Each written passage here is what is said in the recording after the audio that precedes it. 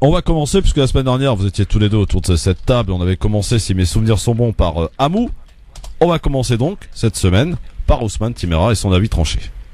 Alors, mon avis tranché concerne un congrès qui a eu lieu à Grozny, en Tchétchénie. C'est pas si inaperçu. Mais Tariq d'ailleurs m'en a fait part par des mails à travers d'autres commentaires et autres. Mais c'est pas si inaperçu, mais c'est quand même important vu ce qui se passe dans la région. C'est un congrès qui réunissait en fait tous les savants et théologiens importants du sunnisme, dont l'une des décisions importantes c'était pour définir c'est quoi le sunnisme et d'exclure en fait, quand on définit on veut exclure les saoudiens, les wahhabites et les frères musulmans aussi du cercle du sunnisme. Je trouve que les théologiens et on voit aussi ce qui se passe aussi en Iran, parce qu'ensuite les Saoudiens vont répondre à cela en disant que les Iraniens ne sont pas des vrais musulmans. Alors eux ils ont été exclus du sunnisme, mais parce que le sunnisme, pour ceux qui veulent en parler, c'est comme si c'était l'islam, et donc les Saoudiens veulent exclure les chiites de l'islam et de part et d'autre. Bref, ce qui se passe, je trouve que tous ces gens-là, théologiens, sont des irresponsables. Ils se foutent de nous.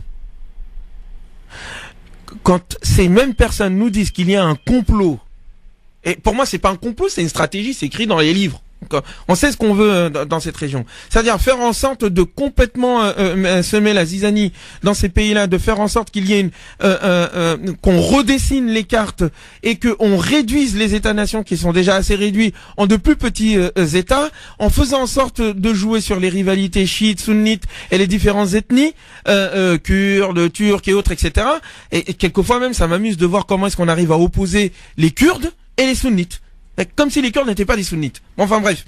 Donc ce sont ces théologiens-là, ces penseurs-là qui disent faites attention, il y a un complot contre nous, et qui jouent ensuite la carte de la division. Pourquoi est-ce qu'ils ne peuvent pas parler comme le Coran leur demande de parler, dans le sens de l'unité?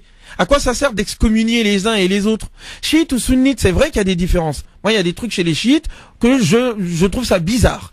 Mais la question du point de vue politique, elle n'est pas religieuse.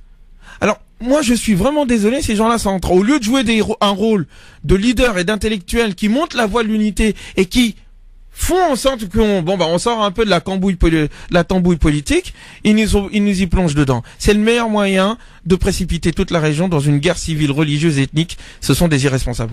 C'était l'avis tranché d'Ousmane Timéra. Un auditeur qui souhaite réagir à l'avis tranché de Ousmane à propos de Grozny. Ali, bonsoir.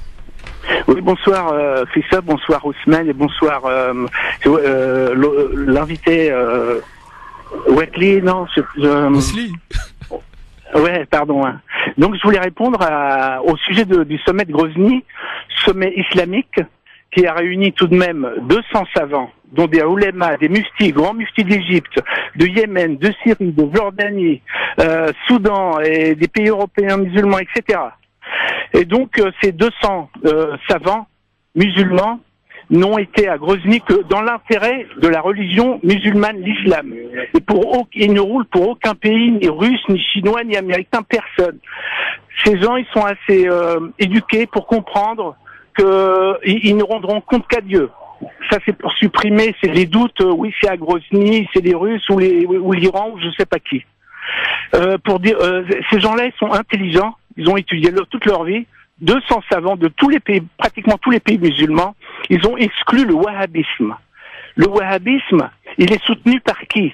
Par l'Angleterre en premier lieu, qui a aidé à ce qu'il prenne lieu le royaume d'Arabie Saoudite a été aidé par les Anglais, suivi en plus par les États-Unis qui ne les lassent pas d'une semelle. Dans quel but? Ils ont compris, les penseurs anglais, américains, ils ont compris que le wahhabisme est une hérésie qui ne correspond pas à la vie des premiers savants du 1er siècle, du 2e siècle et 3e siècle de l'islam. Selon ce qu'a dit le prophète, mon 1er siècle est le meilleur, le 2e et le 3e. Donc tous ces savants du 1er siècle, les 2e et 3e, sont contraires au wahhabisme. Donc les penseurs musulmans, quand ils ont exclu le wahhabisme, il est en train de mettre à feu et à sang le Moyen-Orient, les attentats en France, en Europe, etc. Et ça porte préjudice à l'islam. Donc ces penseurs musulmans, ces 200 savants, ce n'est pas rien, de tout pays, en excluant le wahhabisme, ils ont coupé l'herbe sous les pieds des États-Unis, d'Israël, de la Grande-Bretagne, qui utilisent le wahhabisme pour le détruire de l'intérieur et porter préjudice à l'islam par l'islamophobie, etc. Donc ils ont bien fait. Voilà mon avis. Merci Ali pour votre avis. Quelque part un avis tranché aussi pour Ali. Il en a souvent d'ailleurs des avis tranchés là-dessus sur le sujet. C'est bien, mais moi mon propos il est pas dans. Je veux même pas savoir qui est dans le vrai ou pas. Je dirais à un moment donné, il faut que nous tirions quand même des leçons de l'histoire. L'excommunication est interdite en islam, si vous voulez qu'on parle de théologie. C'est la religion qui dit il ne peut pas y avoir de contraintes en matière de religion, premièrement. Et même ceux contre qui Mohammed, alayhi salatu wassalam, le prophète, était en désaccord, juifs, chrétiens et les autres sectes, le Coran lui dit à la fois, tu ne fais pas partie d'eux, mais en même temps il dit, c'est Dieu qui jugera entre eux. C'est pas toi qui dois juger.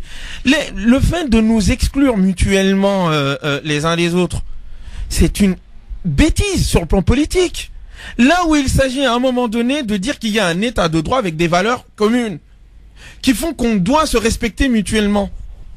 Eh bien, on dit que les autres nous excluent, et en l'occurrence les salafistes takfiristes, eh bien nous aussi on va exclure le wahhabisme. Et puis même sur le plan dogmatique et théologique, comment est-ce qu'on peut exclure le wahhabisme ?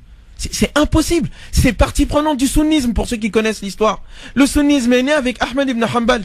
Ahmed ibn Hanbal, avec le ash'arisme aussi qui va venir après, et la réforme que va tenter Ibn Taymiyyah, c'est dans cette continuité-là, qu'on le veuille ou non, que s'inscrit le wahhabisme.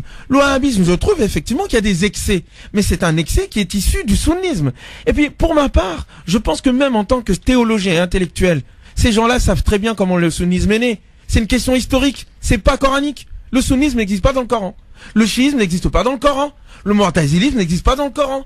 Ce sont des idéologies qui sont nées, issues de combats politiques et idéologiques et théologiques, dans des rapports de force civilisationnels, notamment entre l'ancien empire perse et l'empire arabe qui les a conquis.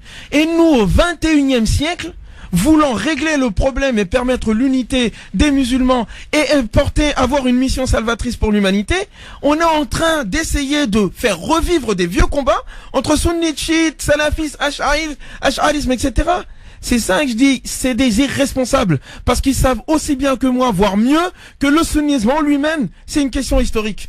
Si ces gens-là doivent parler au nom de l'islam, et l'islam n'est pas sunnite, il n'est pas chiite, il n'est pas idéologique, il est au-delà de ces choses-là. Et c'est de cela dont on a besoin. On a besoin de musulmans qui ne soient pas sectaires, de musulmans qui sont au-delà des religions, des musulmans qui portent le message cosmique de l'islam et qui fait qu'ils peuvent parler à toute l'humanité, quelle que soit cette religion. Pourquoi sa religion? Parce que le Coran dit, ceux qui se sont divisés autour des religions, tu ne fais certes pas partie d'eux, donc tu fais pas partie de leur secte et groupe, mais par contre c'est Dieu qui juge entre eux. Toi tu discutes avec eux dans la paix. Voilà ce dont on a besoin.